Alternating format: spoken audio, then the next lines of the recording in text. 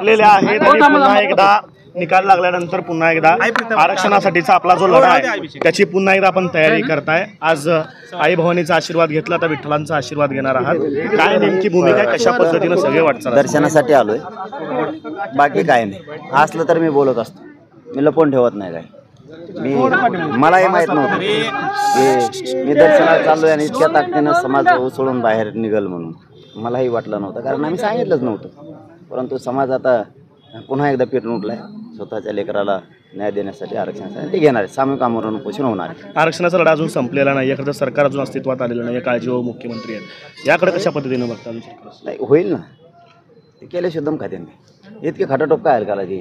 ते येणार, कुणीतरी येतेनच, आम्ही बी येणार, पुन्हा उपोषण करणार, आम्ही सोडणार नाहीत। बहुतेक अशी शक्यता आहे मुंबईतसुद्धा आमरण उपोषण होऊ शकतं, मुंबईतसुद्धा होऊ शकतं। सामूहिक तसं तर फायनली आमचं की आंतरवालीतच सामूहिक उपोषण करायचं, घराघरातले मराठी हे आंतरवालीतच येणार आहे ते सामूहिक उपोषण। तुम्ही म्हणतो पण मुंबईतसुद्धा होऊ शकतं। देवेंद्र फडणवीसांनीच आरक्षणाची वाट लावली असं तुम्ही मागच्या उपोषणाच्या वेळेस अनेकदा म्हणतात, तेच मुख्यमंत्री होण्याची शक्यता पुन्हा एकदा बदलत आहे। ते जर मुख्यमंत्री झाले तर पुन्हा आरक्षणाची वाटचाल कशा पद्धतीने असणार आहे? सगळे कोणी आलं तरी मराठ्यांपेक्षा मोठं कोणी नाही या राज्यात, कोणी पण येऊ दे, आम्ही सज्ज आहेत ना, कोणी पण येऊ दे, आरक्षण घेणार ओबीसीतूनच। पुऱ्या महाराष्ट्रातल्या मराठा आरक्षणात 100% गेल्याशिवाय मी हटत नाही, म्हणून तर सामूहिक आमरण उपोषण आंतरवालीला लावलं आहे आम्ही। ते फायनल आहे आमचं, पण मराठ्यांचा बी लय आग्रह आहे। मुंबई एखाद्याच मुंबईसुद्धा होऊ शकते। दादा, अनेक आमदार हे नूतन मराठा समाजाचे झालेले आहेत, त्यांना काय नेमक्या सूचना असतील किंवा कशा पद्धतीने त्यांनी वागलं पाहिजे, काय सांगाल? त्यांनाच नाही, नुसते मराठ्यांचेच नाही तर सगळेच ओबीसी सुद्धा मराठ्यांनी निवडून दिलेत। त्यांना सगळ्यांनाच मराठा आरक्षणाचा विषय मांडावा लागेल, नसता रस्त्यावर मराठी फिरून देणार नाहीत। कारण तुमचे लेकर आता मोठे झाले, तुम्ही आमदार झालात, मंत्री झालात, आमच्या लेकराचं काय किंवा प्रश्न घराघरातला मराठा आता विचारणार आणि आम्ही सामूहिक उपोषण करायला सज्ज झालो। दादा, खरं तर जसं की आपण म्हणत होतो की जर का आम्ही उभा केले असते तर सोपडा साफ झाला असता, मात्र तुम्ही उभा न करता सुद्धा अनेक ठिकाणी सोपडा साफ झाल्याचं चित्र पाहायला मिळालं। विशेषतः सोलापूर जिल्ह्यामध्ये बार्शी, माढा आणि करमाळा या ठिकाणी मोठा फटका एकंदरीत बसलेला पाहायला मिळाला। काय नक्की चित्र असू शकतं आता? नाही, ज्या गोष्टी केल्या नाहीत त्याला छाती बडायची सवय मला नाही। मी आणि माझा समाज मैदानातच नाही, त्यामुळे दोरी पूर्ण मराठ्यांच्या हातात होती। मालक तो होता, त्यालाच ठेवलं। कोणाच्या दावणीला मी मराठा समाजाला बांधलं नाही, कारण त्या समाजाला मी मायबाप हे शब्द वापरतो।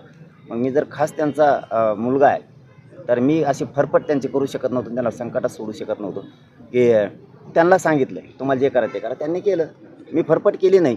माझा ऐकतो म्हणून मी याचं काम करायला सांगितलंच नाही मराठा समाजाला, मोकळा सोडला मराठा समाज। त्यामुळे कोण पडलं कोण आलं मी मैदानातच नाही आहे। मग पडलं लगेच म्हणायचं मायामुळं, मी त्यात मोडत नाही। मी मैदानात असतो ना, समीकरण जर जुळलं असतं ना, सोपडा सापच केला असतं, 100% सांगतो तुम्हाला। दादा, खरं तर अनेक वेळा मनोज दादा सोलापुरात येणार म्हणलं की हे चौक अनेक वेळा भरलेलं होतं, मात्र आज कुठेतरी परिस्थिती वेगळी दिसते, तरुणांची आणि समाजातील लोकांची संख्या कमी दिसते कुठेतरी। आता आम्ही म्हणतो दर्शनाला चाललो होतो आणि तुम्हाला दाखवायची का पब्लिक? मग हे बघा, हे काहीच नियोजित नाही आहे। पंढरपूरला दर्शन आणि आई तुळजाभवानीचे दर्शन दोनच गोष्टी आहेत। मी कधी नाही खोटं बोलतो, पत्रकाराला नाही बोलत बा, आपलं सत्य मी नाही बोलत कधीच, कारण आमच्यासाठी पत्रकार बांधवांनी एवढा जीव तोडलेला आहे या गोरगरिबाचा प्रश्न मार्गी लावा म्हणून। आणि मी ते तोंड चटक्या नाही आहे, तोंडापुरतं आलं की गोड बोलायचं। खरोखरच मराठ्याची इतकी ताकद यांनी पण लावली होती, त्याच्यामुळे मी यांना खोटं बोलत नाही। निवेदन करायचं, मी सांगितलं मी फक्त दर्शनाला जाणार एवढंच सांगितलं होतं। अहो बाबा, इतके आले की मग गाड्या आवरवर आता शिकते, परेशान झालो होतो आम्ही। 6-7 किलोमीटरवरती गाड्या होत्या, इतके लोक आले। इथं नुसता ट्रेलर बी नाही हो, आणखी लय मजा येणार पुढं। नुसतं आरक्षण देऊ नका म्हणा, कचका टाकायचं तुम्हाला।